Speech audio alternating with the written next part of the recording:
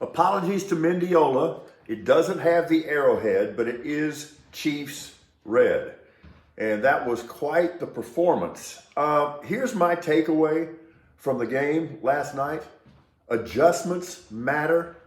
They matter whether you're in a chiropractor's office, and I would know, or if you're in a football locker room at halftime, and I would know a little bit about that too. The Chiefs made a series of remarkable adjustments. They really did. And it goes back really to last off season.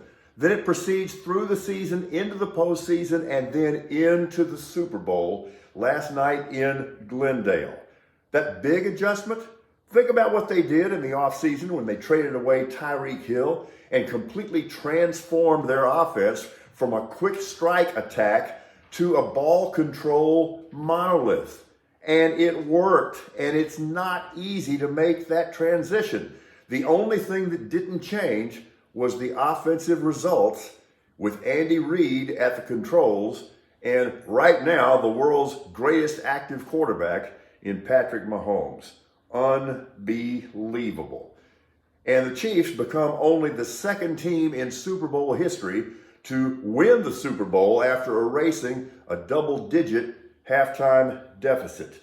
So Patrick goes to Disneyland. Mr. Mahomes meet Mr. Mouse again. Adjustments. Adjustments were the name of the game. And understand this, the Chiefs made much better use of that extended Super Bowl halftime than Rihanna did, or the rest of us did, spending that extended time scarfing down guac and queso. And then after halftime, the Chiefs turned Philly into cream cheese. So many adjustments.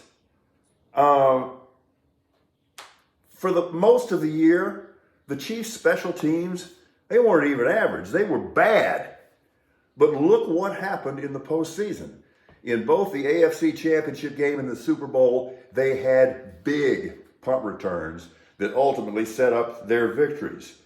As recently as November, the Kansas City secondary was really, really shaky.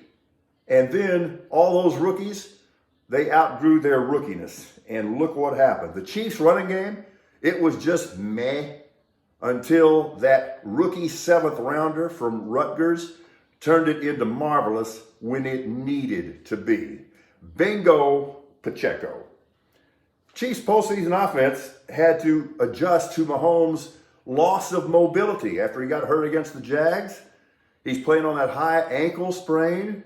Yeah, they adjusted, but still that guy is so tough and so talented that in both the AFC Championship game victory over the Bengals and the Super Bowl win over the Eagles, he floored it on that bad wheel and came up with a critical play in both of those big stages. Jalen Hurts, I thought Jalen Hurts played great. I really did. When you think about it, with the exception of the fumble that led to the scoop and score, aside from that, he was wonderful. I mean, he threw for a ton of yards. He ran for 3 touchdowns. He ran for a 2-point conversion. I thought he was just absolutely great. So he got his. But think about this. This just jumped out to me. All right, Jalen Hurts was effective on the ground. But the Eagles' 2 workhorse running backs that we've been talking about, Miles Sanders and Kenneth Gainwell, those 2 guys who had torn it up in the postseason, they combined for 37 rushing yards on a combined 14 carries. Adjustments matter. And on the day, did you see this coming? The Chiefs outrushed the Eagles 158 to 115. Adjustments matter. Big Red dialed it up in the red zone. Those 2 second half wide open walk-in scores against man coverage, unbelievable. Those were signed Picassos. That was vintage Andy Reid. Sky Moore, Kadarius Toney, they came through in the clutch. Okay, the Eagles pass rush came in with 70 sacks on the season. And they had 4 different dudes who had at least 10 sacks on the season, and they did not get to Mahomes even one time. Adjustments matter. You got to admit, there were times this year when Juju looked like he was out of jujuce. And then there was the fourth quarter yesterday. And then this was the thing that really jumped out. Experience does matter. Super Bowl experience does matter. You could tell. Having been there before and done that before was critically important. And that was reflected so vividly in the fourth quarter yesterday. All right, let's talk about this briefly, like real briefly. That late defensive holding call that essentially enabled the Chiefs to bleed the clock down to the last drop. Okay, it was unfortunate in this sense. It ended what had been an electrifying game. But let's get this straight. It was the right call. I don't want to hear about officiating, Eagles fans or anybody else. The replay confirmed that it was defensive holding, and if you ever had any doubt about it, the Eagles' defensive back, James Bradbury, later just manned up and admitted it, which I respected. He said, yeah, I held him. All right, so that didn't bug me, but I'll tell you what did bug me. The condition of that playing field.